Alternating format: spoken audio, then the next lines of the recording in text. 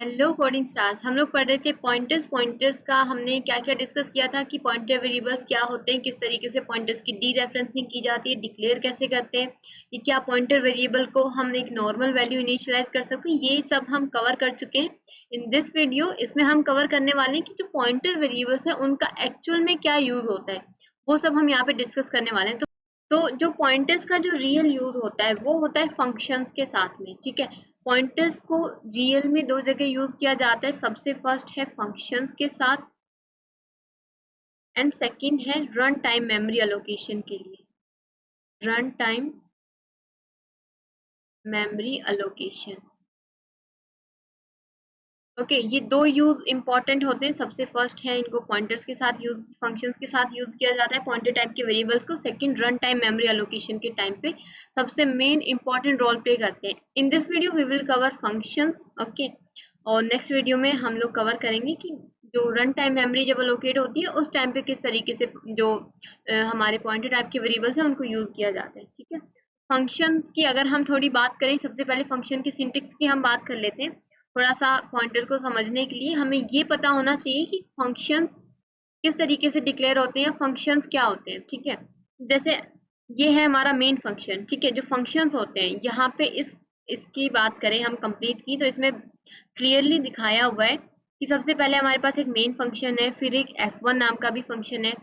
ये क्या है, इनके रिटर्न टाइप है। क्या है, रिटर्न टाइप है।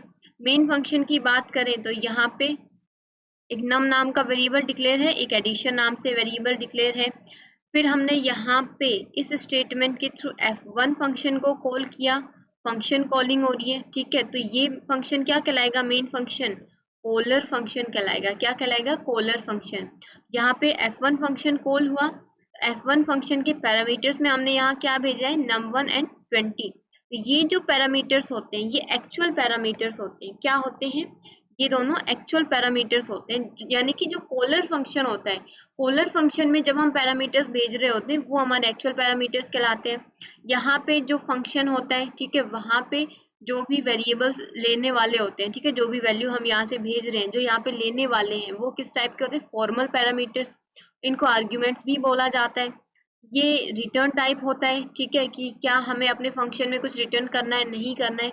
अगर रिटर्न करना है तो सपोज यहाँ हमने इंट लिख दिया, ठीक है, जो कि क्या बता रहा है कि हमें इंटीजर टाइप की कोई ना कोई वैल्यू रिटर्न करनी होगी। अगर हम वर्ड लिख रहे होते तो हमें कुछ भी रिटर्न करने की नीड नहीं होती। अगर हम यहाँ पे फ्लोट लिख रहे होते रिटर्न टाइप, तो हमें कोई ना कोई फ्लोट टाइप वैल्यू रिटर्न करनी होती। ठीक है, तो यहाँ पे क्या हुआ कि num1, यानी कि हम यहाँ पे कोई ना कोई वेरिएबल भी भेज सकते हैं। ठीक है, तो num1 में क्या है, यहाँ पे 10, तो 10 यहाँ किसको मिलेगा, n1 को। ठीक है, यहाँ से हमने डायरेक्ट एक कांस्टेंट वैल्यू भेज दी, तो n जो 20 है वो किसको मिलेगा, सेकंड वेरिएबल को। तो यहाँ पे n2 को क्या मिलेगा, 20। अब ये रिटर्न क्या कर रहा है, जो कि इंटीजर टाइप का है तो कुछ ना कुछ रिटर्न करेगा। और क्या रिटर्न कर रहा है, n1 प्लस n2, यानी कि 10 प्लस 20 यानी कि 30। 30 इसको किसने रिटर्न किया, इस एडिशन नाम की वेरिएबल को। तो अभी इसकी वैल्यू क्या हो गई, यहाँ पे 30। जब प्रिंट करवाएंगे एडिशन को तो आउटपुट 30 रहेगा। यानी कि एक कॉलर फंक्शन होता है, एक कॉली फंक्शन होता है, यानी कि जिस फंक्शन को कॉल किया जा रहा है वो कॉली फंक्शन होता है। अब जो कॉलर फंक्शन होता है वो बेसिकली मेन फंक्शन ही होता है। यानी कि सबसे फर्स्ट अगर किसी भी फंक्शन को कॉल करना है तो जो कॉलिंग स्टार्ट होगी वो मेन फंक्शन से ही स्टार्ट होती है। बिकॉज मेन फंक्शन जो है वो हमारे कोड का या प्रोग्राम का मेन पॉइंट होता है। क्या होता है, मेन पॉइंट होता है। यानी कि हमेशा जो प्रोग्राम जब एग्जीक्यूट होगा तो वो मेन फंक्शन से ही स्टार्ट होता है एंड मेन फंक्शन से ही यहाँ से वो एंड होता है। ठीक है, तो इससे सबसे पहले ऐसा हो सकता है कि सबसे फर्स्ट अगर किसी फंक्शन को कॉल करना है तो वो मेन फंक्शन ही करेगा। अब हो सकता है f1 फंक्शन किसी अदर सपोज f2 फंक्शन को कॉल कर रहा होता, फिर f2 f3 को कर रहा होता, इस तरीके से। बट जो कॉलिंग स्टार्ट होती है वो कहाँ से होती है, हमेशा मेन फंक्शन से स्टार्ट होती है। ठीक है, तो यहाँ तक क्लियर होगा कि ये कुछ सिंटेक्स होता है फंक्शंस का। अब हम बात करते हैं कि किस तरीके से जो हमारे पॉइंटर वेरिएबल्स हैं उनको फंक्शंस के साथ यूज किया जाता है। तो यहाँ हम बात करें जो भी हमने प्रीवियस क्लास में जो भी डिस्कस किया था कि सपोज ये a नाम का वेरिएबल है, इसका एड्रेस 100 है, फिर एक पॉइंटर टाइप का वेरिएबल ले लिया, इसका एड्रेस हमने यहाँ स्टोर करवा दिया। ठीक है, अब इसकी वैल्यू अगर हमें चेंज करनी है तो हम पॉइंटर p करके 20 कर दे रहे हैं। ठीक है, तो ये क्या कर रहा है, डी रेफरेंसिंग करके इसकी वैल्यू क्या कर दे रहा है, 10 से 20 कर रहा है। ठीक है, तो क्या यहाँ पे यानी कि यहाँ तक हमने जो भी डिस्कस किया था उसके थ्रू हमने सिर्फ डी रेफरेंसिंग को समझा, बट ये रियल यूज नहीं था। बिकॉज वो तो हम डायरेक्ट ए इक्वल्स टू 20 करके भी ए की वैल्यू चेंज कर सकते हैं। अगर ए का एड्रेस जानना है तो एड्रेस ऑफ ऑपरेटर यूज करके ए का एड्रेस हम जान सकते हैं, ठीक है। तो इस तरीके से हमने यहाँ पे जो ये वाला जो यूज है, ये रियल यूज नहीं है। जो रियल यूज होता है पॉइंटर्स का वो फंक्शंस के साथ होता है। इसके साथ होता है, फंक्शंस के साथ होता है, ठीक है। वो किस तरीके से होता है हम कवर करते हैं। तो सबसे पहले इस कोड की अगर हम बात करें तो यहाँ मेन फंक्शन है और फिर m1 फंक्शन है। तो अगर मेमोरी की हम बात करें कि मेमोरी में इनको किस तरीके से स्पेस मिलता है, तो सबसे पहले स्टैक में हर एक लोकल वेरिएबल और फंक्शंस को जो है स्पेस मिलता है स्टैक मेमोरी में, ठीक है। तो सबसे पहले कहाँ से हमारा कोड एग्जीक्यूशन स्टार्ट होता है, मेन फंक्शन से। तो हर एक फंक्शन के लिए अलग अलग फ्रेम बनाया जाता है। तो सबसे पहले मेन फंक्शन के लिए यहाँ पे फ्रेम बनेगा, ठीक है। अब मेन फंक्शन के जितने भी लोकल वेरिएबल्स हैं वो इस फ्रेम में जो है उनको मेमोरी मिलेगी, यानी कि नम नाम का एक वेरिएबल है तो नम नाम के वेरिएबल को मेन फंक्शन के फ्रेम में मेमोरी मिलेगी।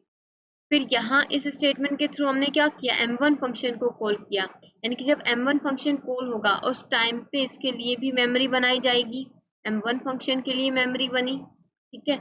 अब यहाँ पे हमने पैरामीटर्स में क्या भेजा, नम की वैल्यू यानी कि 10।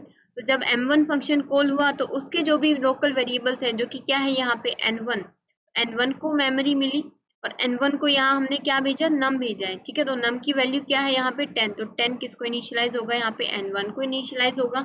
अब इस स्टेटमेंट के through n1 equals to n1 plus 20, n1 equals to n1 plus 20। तो n1 की वैल्यू क्या है अभी 10, तो 10 प्लस 20 करके किसको इनिशियलाइज किया गया, n1 को ही, यानी कि अभी n1 की वैल्यू क्या हो गई, 10 प्लस 20 30 हो चुकी है, ठीक है। तो अभी n1 की जो वैल्यू थी वो 10 से क्या हो चुकी है, 30 हो चुकी है। अब जब हम रिटर्न n1 करेंगे तो नम को क्या मिलेगा यहाँ पे, अब नम की वैल्यू जो 10 थी, जब हमने n1 रिटर्न किया तो जो रिटर्न की है जो वैल्यू, तो n1 में क्या है यहाँ पे 30, यानी कि 30 रिटर्न किया। 30 किसको मिलेगा, नम नाम के वेरिएबल को। तो नम की वैल्यू अभी जो 10 थी वो क्या हो जाएगी, 30 हो जाएगी। जब हम इसको प्रिंट करवाएंगे तो क्या प्रिंट होगा यहाँ पे 30। तो अभी हमने क्या किया कि सबसे पहले हमने यहाँ से एक वेरिएबल जो है उसकी वैल्यू यहाँ पे पास की, ठीक है। फिर उसमें चेंजेस करवा के उसकी वैल्यू यहाँ पास की और इस तरीके से हमने नम की वैल्यू जो 10 थी उसको 30 किया, ठीक है। तो क्या इस सेम चीज को हम किसी और तरीके से किसी अदर वे में हम सोल्व कर सकते हैं कि हम चाह रहे हैं कि नम की जो वैल्यू है, ठीक है, बिना कुछ यहाँ से रिटर्न किए नम में जो वैल्यू है जो कि 10 है वो 10 से क्या हो जाए, 30 हो जाए। जैसे कि अभी हमने नम n1 की वैल्यू यहाँ पे भेजी थी, तो इस n1 की वैल्यू क्या हो चुकी थी यहाँ पे 30 और 30 एन नम को मिला था, बट विदाउट रिटर्न क्या हम नम की जो वैल्यू है वो 10 से 30 कर सकते हैं। तो इसके लिए हम क्या यूज करेंगे, पॉइंटर्स को यूज करेंगे। सबसे पहले हम इस कोड को एग्जीक्यूट करवा के देखते हैं ताकि आपका जो भी डाउट हो वो यहाँ पे क्लियर हो सके, ठीक है। तो सबसे पहले हम इस कोड को एग्जीक्यूट करवाते हैं।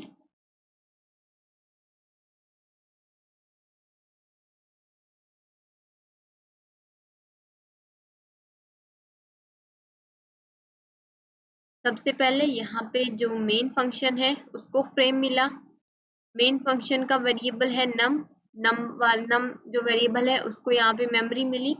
नम में क्या इनिशियलाइज होगा 10, तो नम की वैल्यू अभी 10 हो चुकी है। अब m1 फंक्शन कॉल होगा तो m1 फंक्शन के लिए फ्रेम बनेगा, तो एक और फ्रेम बना यहाँ पे m1 फंक्शन के लिए। और m1 का लोकल वेरिएबल कौन सा है, n1, तो n1 को मेमोरी मिली और यहाँ से हमने क्या भेजा था पैरामीटर्स में, नम की वैल्यू जो कि क्या है 10। तो 10 जो है वो किसको इनिशियलाइज हुआ, n1 को, तो n1 की वैल्यू यहाँ पे 10 हो चुकी है, ठीक है। अब जब इसकी रिटर्न की बात करें तो ये क्या रिटर्न करेगा, यहाँ पे 30, n1 प्लस 20, n1 में 10 है, 10 प्लस 20 30, तो 30 हो जाएगी n1 की वैल्यू। तो ये n1 की वैल्यू रिटर्न करेगा, किसको रिटर्न करेगा, नम को। अभी तक नम की वैल्यू क्या थी यहाँ पे 10, और अभी जब हम रिटर्न करेंगे n1 की वैल्यू जो कि किसको मिलेगी, नम को, तो नम की वैल्यू अभी 10 से क्या हो जाएगी, 30 हो जाएगी। तो अभी हम n1 की वैल्यू 30 हो चुकी है। अब ये n1 की वैल्यू num को रिटर्न कर देगा, तो अभी num की वैल्यू भी क्या हो चुकी है, यहाँ पे 30 हो चुकी है। जब हम इसको प्रिंट करवाएंगे तो ये num की वैल्यू प्रिंट करवाएगा जो कि 30 है यहाँ पे, ठीक है। तो क्या हम सेम जो क्वेश्चन है उसको किसी अदर वे में हम सोल्व कर सकते हैं? अगर हम करें तो हम पॉइंटर्स के थ्रू इसको चेंज कर सकते हैं, यानी कि इसको और सेपरेट की बात करते हैं। यहाँ हमने क्या किया है, सबसे पहले स्टैक मेमोरी क्रिएट करते हैं। Stack memory main function execute होगा जब ये कोड, तो सबसे पहले मेन फंक्शन के लिए फ्रेम बनेगा। मेन फंक्शन के जो भी लोकल वेरिएबल्स हैं, जो कि यहाँ पे num है, तो num में 10 इनिशियलाइज होगा। फिर m1 फंक्शन कॉल हुआ, m1 फंक्शन के लिए एक और फ्रेम बनेगा, और m1 फंक्शन का जो वेरिएबल है वो क्या है, n, जो कि पॉइंटर टाइप वेरिएबल है। यहाँ हमने इसको क्या भेजा है पैरामीटर्स में, एड्रेस ऑफ num। इसका एड्रेस हम 100 सपोज कर लेते हैं, ठीक है। तो 100 किसको भेजा यहाँ पे, जो n नाम का वेरिएबल है जो कि पॉइंटर टाइप का है। तो यहाँ पे इसका जो एड्रेस है हम ABC123 कंसीडर कर लेते हैं। ABC123 किसको मिला, n नाम के वेरिएबल को, ठीक है। तो यहाँ इस स्टेटमेंट के थ्रू क्या हो रहा है, अगर बात करें n की डी रेफरेंसिंग हो रही है, और n की डी रेफरेंसिंग करके इसमें 20 ऐड किया, और किसको शेयर किया यहाँ पे, n की डी रेफरेंसिंग की। यानी कि सबसे पहले ये एग्जीक्यूट होगा, तो इसके थ्रू n की डी रेफरेंसिंग हो रही है, n की डी रेफरेंसिंग करें तो n के पास क्या है, एक एड्रेस, किसका एड्रेस है, num नाम के वेरिएबल का। तो num की वैल्यू की बात हो रही है, num की वैल्यू क्या है यहाँ पे 10, तो 10 + 20 किया, और किसको इनिशियलाइज किया जाएगा यहाँ पे, ये जो भी num के पास जो भी एड्रेस है वहां पे, यानी कि यहाँ पे क्या हो रहा है, num n नाम का जो वेरिएबल है उसकी यहाँ पे डी रेफरेंसिंग हो रही है। क्या हो रही है, डी रेफरेंसिंग। अगर इसकी डी रेफरेंसिंग करें तो इसके पास num नाम के वेरिएबल का एड्रेस है, तो यानी कि अभी num की वैल्यू जो 10 थी वो क्या हो जाएगी यहाँ पे 10 + 20 यानी कि 30। तो अभी अगर हम, जब इसका वर्क कंप्लीट हो चुका होगा तो ये मेमोरी से हट जाएगा, और जब हम वापस मेन फंक्शन वाले फ्रेम में आएंगे यहाँ से यहाँ, तो जब ये प्रिंटफ स्टेटमेंट एग्जीक्यूट होगा तो अभी num की वैल्यू क्या है यहाँ पे 30, तो 30 प्रिंट होगा। तो हमने बिना कुछ यहाँ से रिटर्न किए हमने num की वैल्यू क्या कर ली, यहाँ पे 10 से क्या की 30। तो इस तरीके से हम पॉइंटर्स की हेल्प से जो है, यहाँ पे हमने क्या किया, इस पॉइंटर की हेल्प से कि यहाँ से हमने एड्रेस भेजा इस n नाम के वेरिएबल को, और इसने क्या किया, डायरेक्ट डी रेफरेंसिंग करके num की वैल्यू में चेंजेस कर दिए, ठीक है। तो इस तरीके से फंक्शंस में डी रेफरेंसिंग कर सकते हैं, ओके। और इनकी वैल्यू जो है वो हम डायरेक्ट पॉइंटर वेरिएबल्स की हेल्प से हम जो है चेंज कर सकते हैं, ओके। तो यहाँ तक क्लियर होगा कि किस तरीके से हमने, अगर इस अप्रोच की बात करें, ये लास्ट वाली जो है, ठीक है, ये क्या था हमारा, कॉल बाय वैल्यू। ये क्या है, call by value. Example number first किसका था, कॉल बाय वैल्यू। यहाँ हमने क्या किया था, एक वैल्यू भेजी थी पैरामीटर्स में जो कि इस n1 नाम के वेरिएबल को मिल रही थी, ठीक है। बट अगर सेकंड एग्जाम्पल की बात करें तो यहाँ पे हमने पॉइंटर्स को यूज किया है, और ये कौन सी अप्रोच है, call by reference. Call by reference, यानी कि यहाँ किसके थ्रू कॉलिंग हो रही है, रेफरेंस के थ्रू। यहाँ हम रेफरेंस भेज रहे हैं किसी भी वेरिएबल का, यानी कि एड्रेस। तो अभी n1 को क्या मिलेगा, एड्रेस ऑफ num, और यहाँ पे डायरेक्ट विदाउट कुछ रिटर्न किए यहाँ पे जो num की वैल्यू है वो यहाँ पे चेंज हो जाएगी। अगर हम इस कोड को एग्जीक्यूट करवाएं तो सबसे पहले ये है हमारा एग्जाम्पल नंबर सेकेंड, इसको एग्जीक्यूट करवाते हैं।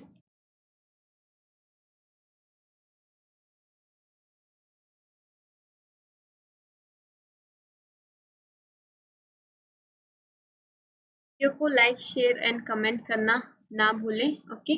और चैनल को सब्सक्राइब कर लें इसी तरीके के और वीडियोस देखने के लिए, ओके। तो सबसे पहले मेन फंक्शन जो है उसको फ्रेम मिले, ओके। अब num नाम का जो वेरिएबल है वो यहाँ पे क्रिएट हुआ, num में 10 इनिशियलाइज हुआ। अब m1 फंक्शन कॉल होगा, अभी m1 फंक्शन कॉल हुआ, और m1 फंक्शन का लोकल वेरिएबल है यहाँ पे n, तो n नाम के वेरिएबल को स्पेस मिला, किसका एड्रेस होल्ड किया है इसने यहाँ पे, जो भी हमने num नाम के वेरिएबल का एड्रेस यहाँ पे भेजा है। तो यहाँ पे n को क्या मिला, एड्रेस ऑफ num, अब ये जब स्टेटमेंट एग्जीक्यूट होगा तो यहाँ क्या होगा, नम की जो वैल्यू है डी रेफरेंसिंग होके नम में क्या वैल्यू हो जाएगी अभी 30। तो नम की वैल्यू की अगर हम बात करें तो अभी नम की वैल्यू क्या हो चुकी है 30, जो कि क्या थी यहाँ पे 10। जब हम इसको प्रिंट करवाएंगे तो नम की वैल्यू प्रिंट होगी जो कि यहाँ पे 30 है। ओके, तो इस तरीके से हम पॉइंटर वेरिएबल्स की हेल्प से यानी कि कॉल बाय रेफरेंस के थ्रू कुछ भी रिटर्न किए बिना हम जो वैल्यूज हैं उनको चेंज कर सकते हैं। तो कॉल बाय वैल्यू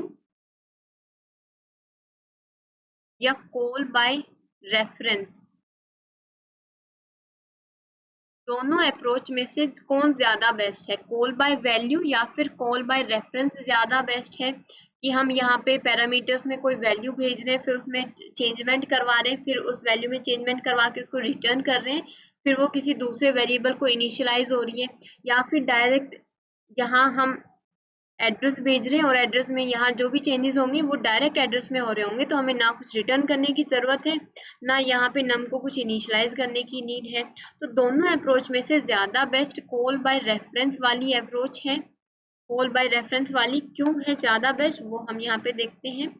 इसके 3 रीजंस हैं, प्रोज एंड कॉन्स की अगर हम बात करें कॉल बाय रेफरेंस के केस में, तो इसके 3 रीजन है। सबसे फर्स्ट है मेमोरी इफिशिएंट, इसमें मेमोरी जो है वो मेमोरी की इफिशियंसी रहती है, रिड्यूस टाइम कॉम्प्लेक्सिटी, ये टाइम कॉम्प्लेक्सिटी को भी रिड्यूस करता है, फास्ट एग्जीक्यूशन होता है। कॉल बाय वैल्यू के कंपेरिजन में जो कॉल बाय रेफरेंस होता है उसका एग्जीक्यूशन ज्यादा फास्ट होता है। इसके कॉन्स की बात करें तो इसमें एक कॉन्स है कि इससे डेटा इनसिक्योरिटी रहती है, यानी कि हम इसमें क्या कर रहे होते हैं कि जो वेरिएबल है उसका एड्रेस हम भेज रहे होते हैं, यानी कि इसका पूरा जो कंट्रोल है, जो भी एक्सेस है, वो किसी दूसरे वेरिएबल को हम दे रहे होते हैं। तो इनको एक एक करके समझते हैं किस तरीके से मेमोरी इफिशिएंट रहती है।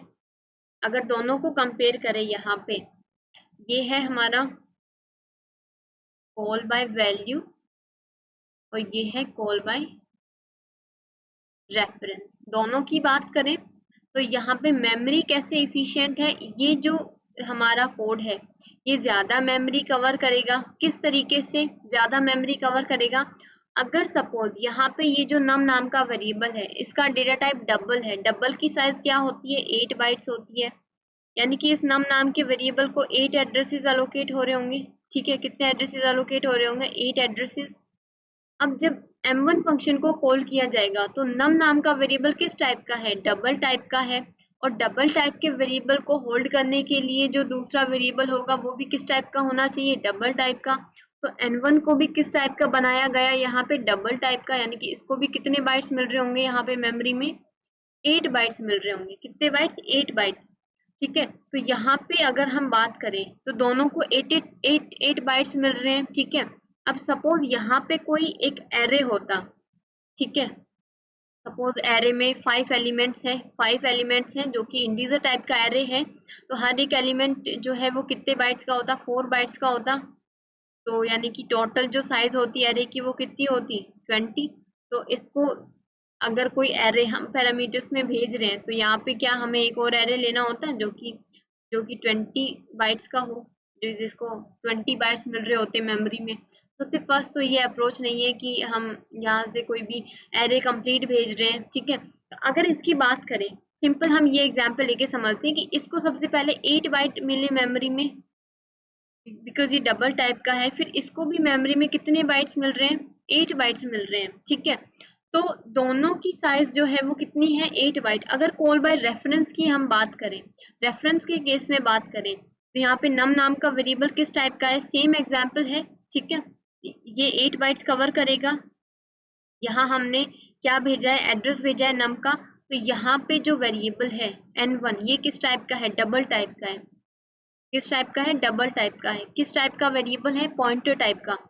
जो पॉइंटर्स होते हैं वो किसी भी डेटा टाइप के हों, चाहे वो डबल डेटा टाइप का हो, इंटीजर डेटा टाइप का हो, फ्लोट डेटा टाइप का हो, कैरेक्टर डेटा टाइप का हो, उसकी साइज हमेशा 4 बाइट होती है। कितनी होती है, 4 बाइट होती है। बेशक वो डबल हो, डबल की साइज 8 बाइट होती है, बट पॉइंटर टाइप का वेरिएबल हमेशा मेमोरी में only and only 4 byte space जो है वो कंज्यूम करेगा। तो यहाँ पे अगर हम बात करें तो इसको कितने बाइट मिल रहे होंगे मेमोरी में, 4 बाइट मिल रहे होंगे। तो इसने यहाँ पे इसके कंपैरिजन में लेस मेमोरी जो है वो कवर की है, ठीक है। तो ये एक रीजन हो गया कि कॉल बाय रेफरेंस ज्यादा इफेक्टिव है या ज्यादा बेस्ट अप्रोच है, बिकॉज इसमें मेमोरी ज्यादा कवर होती है कंपैरिजन टू रेफरेंस के केस में, ठीक है। तो ये अगर अगर हम पॉइंटर्स की बात करें तो ये डबल टाइप है, इंटीजर टाइप है, फ्लोट कह रहे हैं। हमेशा जिस भी डेटा टाइप का हो उसको मेमोरी हमेशा 4 बाइट ही मिलेगी। उसके पीछे क्या रीजन है वो हम नेक्स्ट क्लासेस में डिस्कस कर रहे होंगे। ओके, तो अभी फर्स्ट हमने देख लिया। सेकंड बात करें, reduce time complexity. Time complexity कैसे रिड्यूस होती है, इस कोड की बात करें तो यहाँ पे एक वैल्यू ये रिटर्न कर रहा है, ठीक है। दूसरा यहाँ पे एक इनिशियलाइजेशन भी हो रहा है। दो ऑपरेशन एक्स्ट्रा है रेफरेंस के केस से। ना हमें यहाँ कुछ रिटर्न करने की नीड हो रही है, बिकॉज यहाँ हमने एड्रेस भेजा है तो डायरेक्ट जो भी चेंजेस हो रहे हैं वो उस मेमोरी लोकेशन पे हो रहे हैं, यानी कि डायरेक्ट नम में चेंजेस हो रहे हैं। ना हमने यहाँ पे कुछ भी रिटर्न किया है। तो सबसे फर्स्ट यहाँ पे टाइम कॉम्प्लेक्सिटी रिड्यूस होगी, तो यहाँ पे जो है एक पॉइंट यहाँ पे रिड्यूस हो चुका है। ना हमें यहाँ कोई भी इनिशियलाइजेशन एक्स्ट्रा जो ऑपरेशन है वो परफॉर्म करवाने की नीड हो रही है यहाँ पे। तो इस तरीके से ये वाला जो कॉल बाय वैल्यू की जो अप्रोच है वो वो ज्यादा टाइम कॉम्प्लेक्स होती है, ठीक है। अगर रेफरेंस की बात करें तो वो ज्यादा बेस्ट अप्रोच है, बिकॉज ये टाइम कॉम्प्लेक्सिटी को रिड्यूस कर देता है, ठीक है। तो अभी हमने देखा कि किस तरीके से यहाँ पे दो एक्स्ट्रा ऑपरेशन परफॉर्म हो रहे हैं, जबकि रेफरेंस के केस में ना हमें कुछ रिटर्न करने की नीड हो रही, ना किस एक एक्स्ट्रा इनिशियलाइजेशन ऑपरेशन परफॉर्म करवाने की नीड हो रही है। थर्ड की हम बात करें, फास्ट एग्जीक्यूशन। जब टाइम कॉम्प्लेक्सिटी ही रिड्यूस हो चुकी है रेफरेंस के केस में तो ऑब्वियसली वो फास्ट होगा, ठीक है। तो ये हमेशा किस टाइप का होता है, फास्ट एग्जीक्यूशन होता है। अगर कॉल बाय वैल्यू और कॉल बाय रेफरेंस की बात करें तो ज्यादा फास्ट कौन सा एग्जीक्यूशन होता है, कॉल बाय रेफरेंस वाला। अब कौन की बात करें तो डेटा इनसिक्योरिटी रहती है, बिकॉज यहाँ पे अगर हम बात करें तो इसमें स्टैक में दो फ्रेम बन रहे होंगे, एक मेन फंक्शन के लिए, एक m1 फंक्शन के लिए फ्रेम बन रहा होगा। तो ये जो वेरिएबल है ये यहाँ बन रहा होगा नम नाम का, जिसमें 10 पड़ा है। n1 जो वेरिएबल है वो m1 के फ्रेम में बन रहा होगा, यहाँ पे हमने इसको नम की वैल्यू भेजी जो कि 10 है। तो ना तो ये वाला वेरिएबल नम को एक्सेस कर सकता है, ना ही नम n1 को एक्सेस कर सकता है। तो दोनों के फ्रेम अलग अलग हैं, तो कोई भी एक दूसरे को एक्सेस नहीं कर सकता है, ठीक है। अगर इसकी बात करें तो यहाँ पे हमने क्या किया, डायरेक्ट जो नम का एड्रेस था यहाँ पे जो कि ABC123 हमने सपोज किया, जो कि हमने किसको भेज दिया, n1 नाम के वेरिएबल को, ठीक है। तो अब इसके पास पूरा इसका कंट्रोल है, यानी कि पूरी जो डेटा जो है वो थोड़ा सा यहाँ पे सिक्योरिटी कम हो जाती है, बिकॉज हमने इसको पूरा एक्सेस जो है वो एक तरीके से दे दिया n1 नाम के फंक्शन जो हमारा वेरिएबल है उसको। ओके, तो इस चीज को इतना मैटर नहीं किया जाता या इतना नहीं इस पे ध्यान दिया जाता है, बिकॉज जब अगर हम डेटा इनसिक्योरिटी देखने लगे तो पॉइंटर्स जो है वो एक तरीके से उनको हम यूज ही नहीं कर पाएंगे, बिकॉज एक तरीके से हम पूरा जो एक्सेस है वो किसी भी वेरिएबल का हम लोग दूसरे वेरिएबल को दे रहे होते हैं, ठीक है। तो इसको ये चीज इतना मैटर नहीं करती है। आगे हम बात करते हैं, let's see what happen if we try to pass more than one argument. अब ये एक फंक्शन है, अब इसमें हमें num1 और num2 दोनों की वैल्यूज चेंज करवानी है। तो हमने एक m1 फंक्शन क्रिएट किया और यहाँ पे num1 n1 और n2 दोनों की वैल्यूज चेंज की और दोनों को रिटर्न करने की यहाँ पे कोशिश की हमने। इस केस में क्या होगा, सबसे पहले अगर हम बात करें मेन फंक्शन के लिए फ्रेम बनेगा, m1 फंक्शन के लिए फ्रेम बनेगा। उसके बाद जब मेन फंक्शन के लिए फ्रेम बना तो num नाम का वेरिएबल क्रिएट हुआ जिसमें 10 है। फिर num2 नाम का वेरिएबल बनेगा जिसमें यहाँ पे 20 है। फिर m1 फंक्शन के लिए फ्रेम बनेगा और m1 फंक्शन जबकि कॉलिंग हुई तो n1 वेरिएबल बना और एक n2 नाम का वेरिएबल बना। n1 को हमने यहाँ से क्या भेजा है, num1 की वैल्यू जो कि यहाँ 10 है, तो 10 किसको इनिशियलाइज होगा, num1 को। फिर हमने num2 की वैल्यू n2 को भेजी है, तो num2 की वैल्यू यहाँ 20 है, तो n2 को यहाँ पे 20 इनिशियलाइज होगा। अब इस स्टेटमेंट के थ्रू हम क्या कर रहे हैं, n1 प्लस 20, n1 की वैल्यू 10 है तो 10 प्लस 20 करके इसकी वैल्यू क्या कर दी यहाँ पे 30। और यहाँ इस स्टेटमेंट के थ्रू n2 प्लस 30, n2 की वैल्यू 20 है, 20 प्लस 30 करके n2 की वैल्यू क्या कर दी यहाँ पे 50। अब यहाँ हम रिटर्न कर रहे हैं n1 एंड n2, तो क्या फंक्शंस की हेल्प से हम एक टाइम पे दो या दो से ज्यादा वैल्यूज हम रिटर्न कर सकते हैं? नहीं कर सकते हैं। अगर यहाँ पे बात करें कि कौन सी वैल्यू रिटर्न होगी, तो यहाँ पे हमने कॉमा ऑपरेटर को यूज किया है, जो कि सबसे पहले क्या करेगा, जो कि लेफ्ट टू राइट इवेल्युएट होता है कॉमा ऑपरेटर। तो सबसे पहले ये n1 पे जाएगा, n1 को टर्मिनेट करेगा और फिर n2 की जो वैल्यू है वो यहाँ पे num1 नाम के वेरिएबल को रिटर्न करेगा। तो n2 की वैल्यू जो कि 50 है, अभी num की वैल्यू 10 से क्या हो जाएगी, 50 हो जाएगी। तो num1 की वैल्यू जब हम प्रिंट करवाएंगे तो यहाँ पे 50 आउटपुट रहेगा। तो एनी हाउ हम सिंगल वैल्यू जो है वो रिटर्न कर सकते हैं यहाँ से किसी भी फंक्शन से। अगर हम इस कोड को एग्जीक्यूट करवाएं, तो ये है हमारा एग्जाम्पल नंबर 3। इसको एग्जीक्यूट करवा दें फटाफट से।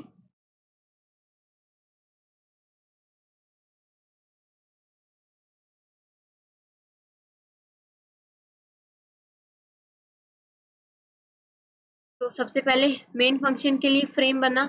मेन फंक्शन के दो वेरिएबल है num1 और num2। num1 को 10 इनिशियलाइज हुआ और num2 को 20 इनिशियलाइज हुआ। फिर m1 फंक्शन कॉल होगा, तो m1 फंक्शन के लिए फ्रेम बना और m1 के कौन कौन से लोकल वेरिएबल्स है, n1 and n2। n1 and n2, n1 को हमने यहाँ से क्या भेजा है, num1 की वैल्यू जो कि 10 थी, तो 10 किसको इनिशियलाइज हुआ, n1 को। n1 की वैल्यू 10 हो चुकी है। यहाँ से हमने सेकंड पैरामीटर में n2 की वैल्यू भेजी जो कि यहाँ पे 20 है। n2 की वैल्यू क्या हो गई, यहाँ पे 20 हो चुकी है। अब इस स्टेटमेंट के थ्रू हमने क्या किया, n1 प्लस 20, तो n1 में ऑलरेडी 10 पड़ा है, तो 10 प्लस 20 करके 30 जो है वो n1 की वैल्यू हो जाएगी। तो n1 की वैल्यू अभी 30 हो चुकी है। इस स्टेटमेंट के थ्रू n2 प्लस 30, n2 में 20 पड़ा है, 20 प्लस 30 करके किसको इनिशियलाइज किया जाएगा, n2 को ही। अभी n2 की वैल्यू 50 हो जाएगी, तो अभी n2 की वैल्यू 50 हो चुकी है।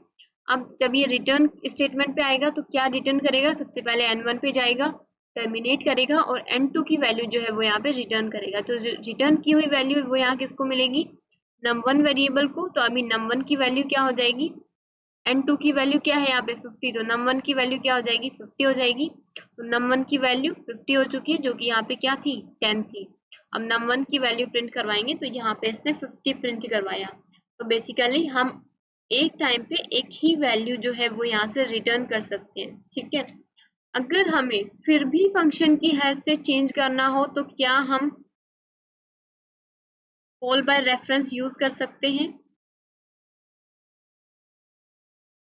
कि ये यहाँ से हम डायरेक्ट एड्रेस भेज दें और जो भी चेंजेस हो रहे हैं वो एड्रेस में हम डी रेफरेंसिंग के थ्रू डायरेक्ट num1 और num2 में चेंजेस करवा दें, तो ना हमें रिटर्न करने की नीड होगी कुछ भी, ठीक है। तो ये काम हम कर सकते हैं। तो सबसे पहले इसको हम देखते हैं एग्जाम्पल नंबर 4, ठीक है। यहाँ पे हम क्या कर रहे हैं कि डायरेक्ट हमने num1 और num2 के एड्रेसेस भेजे हैं, n1 और n2 को, ठीक है। तो अब जो भी चेंजेस होंगे वो डायरेक्ट कहाँ होंगे, num1 और num2 में। तो num1 में जो भी चेंजेस हुए, यानी कि इसकी वैल्यू जो भी 30 हुई थी वो किसको इनिशियलाइज होगी, डायरेक्ट num1 को। तो इसकी वैल्यू 10 से 30 हो जाएगी। और n2 की वैल्यू क्या हुई थी अभी 50, तो इसकी जो डायरेक्ट जो वैल्यू है वो num2 की यहाँ पे चेंज हो जाएंगी। अगर इस कोड को हम एग्जीक्यूट करवाएं कॉल बाय रेफरेंस के केस में, सबसे पहले जो मेन फंक्शन है उसके लिए फ्रेम बनेगा, इसको हम डिबग करवाते हैं।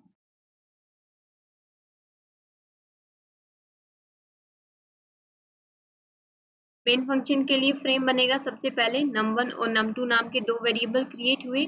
num1 में 10 इनिशियलाइज हुआ, num2 में 20 इनिशियलाइज हुआ। यहाँ पे हमने डायरेक्ट num1 और num2 के एड्रेसेस भेजे। अगर हमें यहाँ देखना है num1 और num2 के एड्रेसेस क्या हैं, तो हम यहाँ देखते हैं address of num1 and then address of num2, ठीक है। तो यहाँ पे num1 और num2 के एड्रेसेस हमने किसको भेजे हैं, n1 एंड n2 को। तो जब हम इसको जब m1 फंक्शन के लिए फ्रेम बना तो दो वेरिएबल क्रिएट हुए, n1 और n2। n1 को क्या मिला, यहाँ पे जो num1 नाम के जो वेरिएबल का जो एड्रेस था, और n2 को num2 नाम के वेरिएबल का जो एड्रेस था वो। अभी यहाँ पे इस स्टेटमेंट के थ्रू क्या होगा, डायरेक्ट जो num की वैल्यू है उसमें 20 ऐड किया जाएगा। तो num की वैल्यू 10 है, तो 10 प्लस 20 होके num की वैल्यू क्या हो जाएगी, यहाँ पे डी रेफरेंसिंग हो रही है, ठीक है।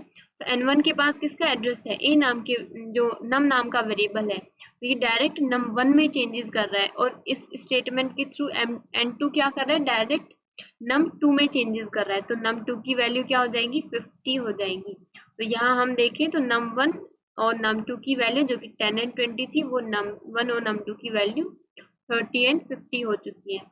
तो हम प्रिंट करवाएंगे तो num1 और num2 की वैल्यू यहाँ पे प्रिंट हो चुकी है। तो इस तरीके से अगर हम कॉल बाय वैल्यू यूज कर रहे हैं तो हम दो या दो से ज्यादा जो वैल्यूज हैं वो एक टाइम पे रिटर्न नहीं कर सकते, बट इस तरीके से हम डायरेक्ट एड्रेस भेज के डायरेक्ट इन्हीं में चेंजेस जो है वो करवा सकते हैं। ठीक है, तो ये अप्रोच इसी वजह से जो कॉल बाय रेफरेंस वाली अप्रोच है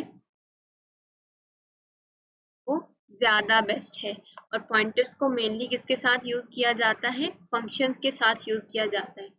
Okay, let's understand it using most famous swapping example। अगर swapping example की अगर हम यहाँ पे बात करें, ठीक है, तो call by value की केस में यहाँ बात हो रही है, call by value।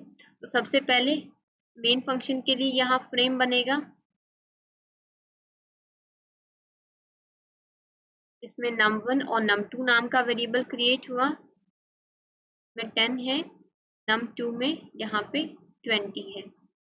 m1 function call हुआ, तो m1 फंक्शन कॉल हुआ तो एक और फ्रेम बनेगा m1 के लिए, यहाँ पे हमने num1 और num2 पैरामीटर्स में भेजे हैं, तो यहाँ पे इसके लोकल वेरिएबल्स क्रिएट होंगे n1 एंड n2। n1 को क्या मिलेगा, num1, तो num1 की जो वैल्यू है जो कि 10 है वो यहाँ पे n1 को मिलेगी, और num2 की वैल्यू जो कि 20 है वो यहाँ पे n2 को मिलेगी। इस स्टेटमेंट के थ्रू एक और वेरिएबल क्रिएट हुआ temp नाम से। टेम्प में हमने क्या इनिशियलाइज किया, n1 की वैल्यू, n1 की वैल्यू 10 है तो 10 जो है वो टेम्प में स्टोर किया। अब इस स्टेटमेंट के थ्रू n2 की वैल्यू हमने n1 को इनिशियलाइज की, n2 की वैल्यू 20 है, n1 की वैल्यू अभी 10 से क्या हो जाएगी 20। अब इस स्टेटमेंट के थ्रू टेम्प की वैल्यू हमने num2 को इनिशियलाइज की, टेम्प की वैल्यू जो कि 10 है, तो num2 को हमने क्या इनिशियलाइज किया 10। तो क्या अभी n1 और n2 की वैल्यू थी वो 10 20 थी, जो कि 20 और 10 हो चुकी है, यानी कि स्वैपिंग हो चुकी है दोनों में। बट हमें करवाना क्या था कि इन दोनों की स्वैपिंग करवानी थी, num1 और num2 की। बट यहाँ पे स्वैपिंग किसकी हुई है, num1 एंड num2 की, बट हमें करवानी किसकी थी, num1 एंड num2 की। तो इस तरीके से कॉल बाय वैल्यू के केस में ये जो है स्टेटमेंट फेल हो गया कि हम स्वैपिंग जो है वो यहाँ से नहीं करवा सकते हैं। ठीक है, बिकॉज अगर हम यहाँ पे स्वैपिंग करवा भी रहे हैं, अब num1 की वैल्यू सपोज हम यहाँ पे num1 में भेज रहे हैं और num2 की वैल्यू num2 में भी भेज रहे हैं, यहाँ से रिटर्न कर देते हैं। अगर हम रिटर्न के केस में दो वैल्यूज हम रिटर्न नहीं कर सकते। ठीक है, तो इसके लिए ज्यादा बेस्ट कौन सी अप्रोच है, कॉल बाय रेफरेंस। इसके केस में हम क्या करेंगे, डायरेक्ट यहाँ से एड्रेस भेज देंगे।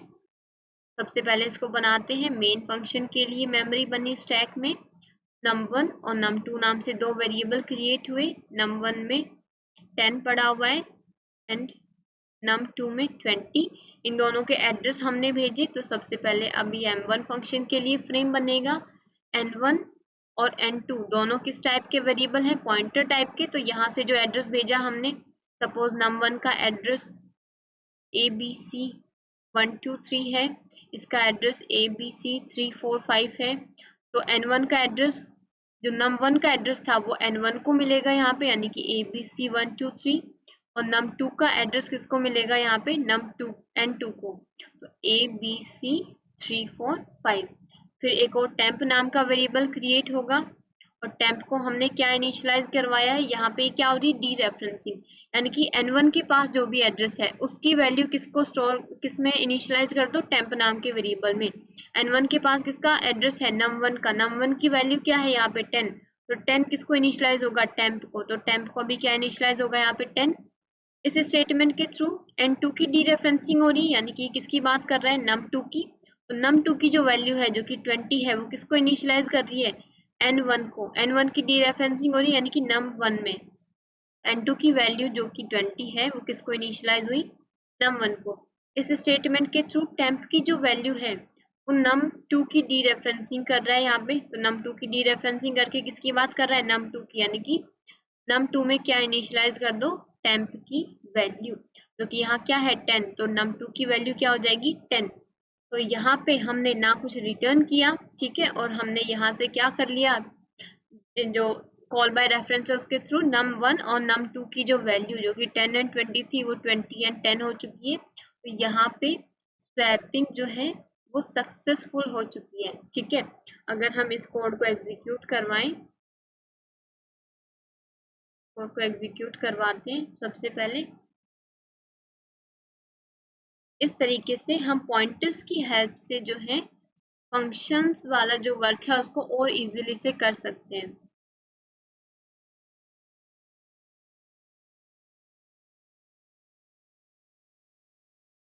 num1 और num2 जो कि 10 एंड 20 वैल्यू है अभी दोनों की। अब यहाँ पे m1 फंक्शन कॉल हुआ तो m1 फंक्शन के लिए फ्रेम बना, इसके लोकल वेरिएबल्स बने तीनों, temp n1 and n2। n1 and n2 में एड्रेसेस स्टोर हुए। टेम्प में हमने क्या स्टोर करवाया, यहाँ पे n1 की डीरेफरेंसिंग हो रही है। n1 के पास num1 का एड्रेस है, num1 में क्या वैल्यू है 10, तो 10 किस में स्टोर हुआ, टेम्प नाम के वेरिएबल में, तो टेम्प में क्या स्टोर हुआ यहाँ पे 10। इस स्टेटमेंट के थ्रू n2 की डीरेफरेंसिंग हो रही है, यानी कि किसकी बात कर रहा है num2 की, तो num2 की जो वैल्यू है वो डीरेफरेंसिंग किसकी हो रही है यहाँ पे n1 की, यानी कि ये किसकी बात कर रहा है num1 की, यानी कि num2 की जो वैल्यू है वो किसको इनिशियलाइज कर दो num1 को। अभी num1 की जो वैल्यू 10 है वो क्या हो जाएगी 20, और इस स्टेटमेंट के थ्रू क्या होगा यहाँ पे टेम्प की जो वैल्यू है वो n2 को इनिशियलाइज कर दो, क्योंकि डीरेफरेंसिंग करके किसकी वैल्यू की बात कर रहे हैं num2 की। टेम्प की वैल्यू किस में स्टोर हुई अभी num2 में, num2 की वैल्यू जो 20 थी वो क्या हो जाएगी यहाँ पे 10 हो जाएगी। तो जब हम इसको प्रिंट करवाएंगे तो num1 की वैल्यू जो कि 10 थी, तो इसने num1 की वैल्यू यहाँ क्या प्रिंट की है, हमारे पास num1 की वैल्यू 20 प्रिंट करवाई है, और num2 की वैल्यू जो कि 20 थी बट अभी ये क्या हो चुकी है 10 हो चुकी है। तो यहाँ पे जो स्वैपिंग है वो सक्सेसफुली हो चुकी है पॉइंटर्स की हेल्प से।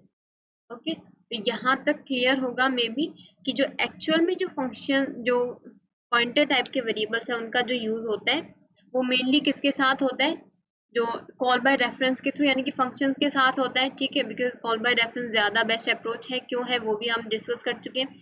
दूसरा होता है मैलोक फंक्शन, यानी कि यहाँ पे हमने मैलोक फंक्शन को यूज किया है जब रन टाइम मेमोरी एलोकेशन होता है, रन टाइम पे जब मेमोरी हमें क्रिएट करनी हो, रन टाइम मेमोरी एलोकेशन। ये दूसरा केस है कि जो फंक्शंस जो पॉइंटर टाइप के वेरिएबल्स हैं वो ज़्यादा जो है मेन इंपॉर्टेंट रोल प्ले करते हैं रन टाइम मेमोरी एलोकेशन के टाइम पे। इसको रन टाइम मेमोरी एलोकेशन हम नेक्स्ट वीडियो में कंप्लीट डिस्कस कर रहे होंगे। So thanks for watching my video, happy coding. Video को लाइक शेयर एंड कमेंट करना ना भूलें, चैनल को सब्सक्राइब करना ना भूलें। Okay, thanks for watching my video, happy coding.